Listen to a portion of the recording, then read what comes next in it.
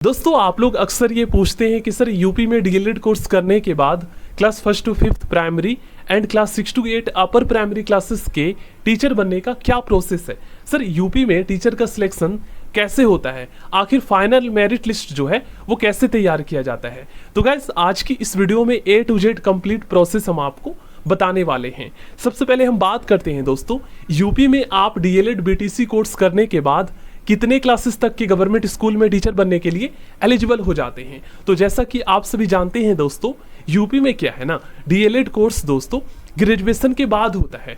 अब guys graduation के बाद डीएलएड कोर्स का बेनिफिट क्या है ना, कि आप दोस्तों देखिए ग्रेजुएशन के बाद डीएलएड होता है तो आप दोस्तों डीएलएड करके और सीटेट का पेपर 1 पास करके आप दोस्तों class 1 to 5th primary and आप दोस्तों डीएलएड करके और सीटेट का पेपर 2 एग्जाम पास करके class 6 to 8 upper primary classes के टीचर बनने के लिए एलिजिबल हो जाते हैं। बस यहाँ पर आप एलिजिबल ही होते हैं।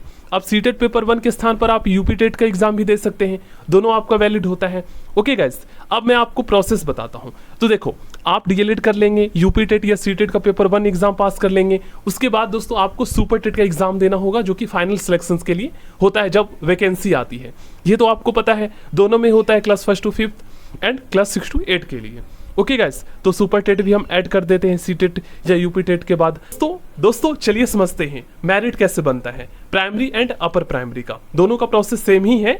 देखिएगा यहाँ पर आपका दोस्तों मैट्रिक क्लास 10th का 10% नंबर जोड़ा जाता है, उसके बाद आपका क्लास 12 का 10% नंबर जोड़ा जाता है, उसके बाद दोस्तों आपका ग्रेजुएशन का 10% नंबर जोड़ा जाता है मेरिट में।